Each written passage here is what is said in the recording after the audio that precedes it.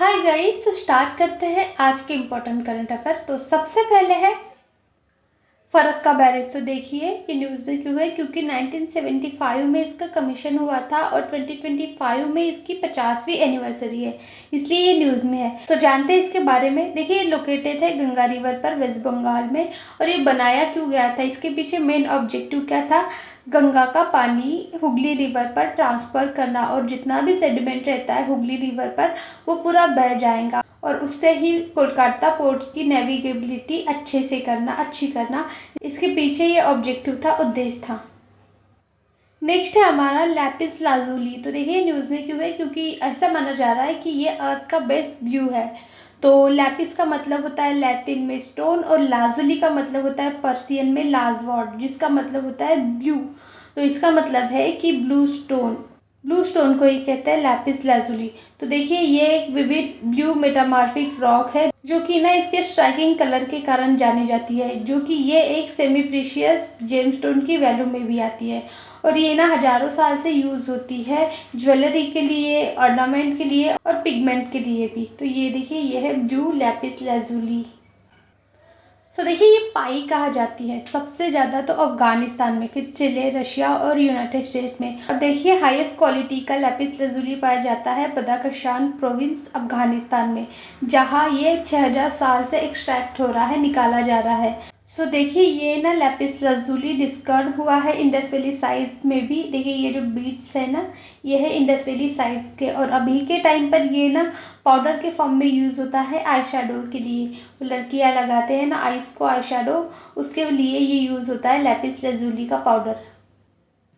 Next है हमारा remittance. तो देखिए ये न्यूज़ में क्यों है, क्योंकि आरबीआई की रिपोर्ट ने अभी फिर से यही कहा है कि इंडिया टॉप पर है रेमिटेंस रिसीव करने के लिए।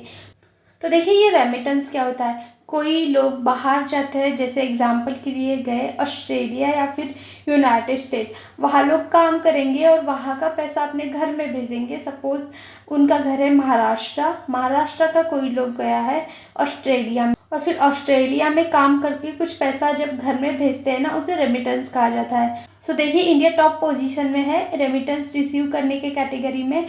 और देखिए अभी 2010 टू 2023 के कंपेयर में देखा जाए तो ये जो है ना रेमिटेंस डबल हो गया है डॉलर में। तो देखिए 10-11 में था 55.6 बिलियन डॉलर, तो अभी 2023-24 में है 118.7 बिलियन डॉलर। और देखिए हाईएस्ट एमिशन कहाँ से आता है, यानी सबसे ज़्यादा पैसा इंडिया में कहाँ से आता है, वह है यूनाइटेड स्टेट से। 27% तो यूनाइटेड स्टेट से ही आता है इंडिया में पैसा।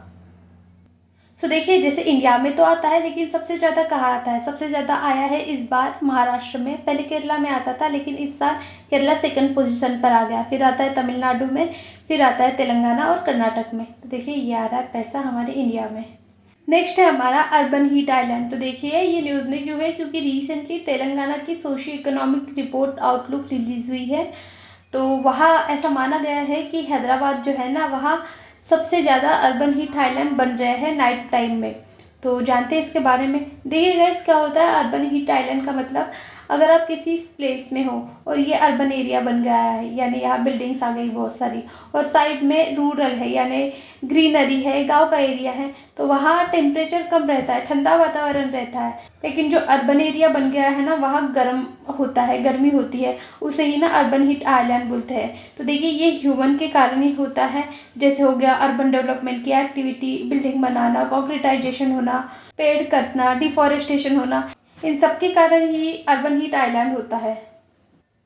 सो देखिए यह है अर्बन हीट आइलैंड, जहाँ अर्बन एरिया में ज़्यादा टेम्परेचर होता है, गर्मी ज़्यादा होती है, और साइड में रूरल एरिया में ठंडा वातावरण रहता है। नेक्स्ट है हमारा ट्यूबरकुलोसिस। तो देखिए ये न्यूज़ में क्यों है, क्योंकि 24 मार्च को वर्ल्ड ट्यूबरकुलोसिस डे ऑब्जर्व किया जाता है टीबी के लिए अवेयरनेस बिल्ड करने के लिए। तो देखिए 2025 की थीम है yes we can NTP commit invest and deliver. तो देखिए इंडिया का एम है 2025 तक टीबी को ख़त्म करने का, एलिमिनेट करने का। वही जबकि वर्ल्ड हेल्थ ऑर्गेनाइजेशन का एम है 2030 तक टीबी को ख़त्म करना वर्ल्ड में से।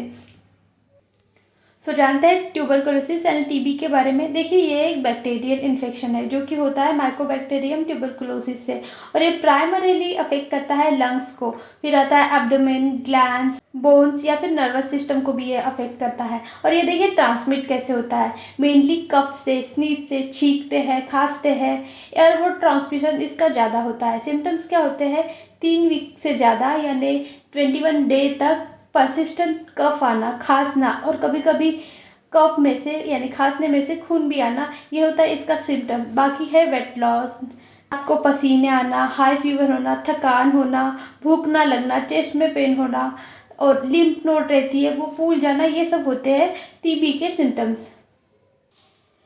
सो देखिए इसका ट्रीटमेंट एंड प्रिवेंशन। कभी टीबी हो गई ना तो 6 से 18 मंथ तक एक कोर्स रहता है एंटीबायोटिक का, वो देना पड़ता है। और जैसे बच्चों में रहा उनको एक वैक्सीन दी जाती है, उसे ना बीसीजी की वैक्सीन बोलते हैं। बीसीजी यानी बैसिलस गैलमेट-ग्यूरिन, ये वैक्सीन दी जाती है बच्चों को सीवियर टीबी से बचने के लिए, प्रोटेक्ट करने के लिए। तो देखिए जैसे 2025 तक का है ना इंडिया का टारगेट टीबी को ख़त्म करने का। तो देखिए 2015 में ना 1 लाख पॉपुलेशन पर 237 केसेस आते थे, लेकिन अभी 2023 में क्या होता है, 1 लाख पॉपुलेशन में 195 केसेस आ गए। तो इसका मतलब केसेस कम हो रहे हैं, 17.7% का डिक्लाइन दिख रहा है अभी। तो मे बी 2025 तक इंडिया से टीबी मुक्त हो सकती है। So that's it guys for today. Thank you so much for watching. Video अच्छा लगा होगा तो please like, share, subscribe and follow for more.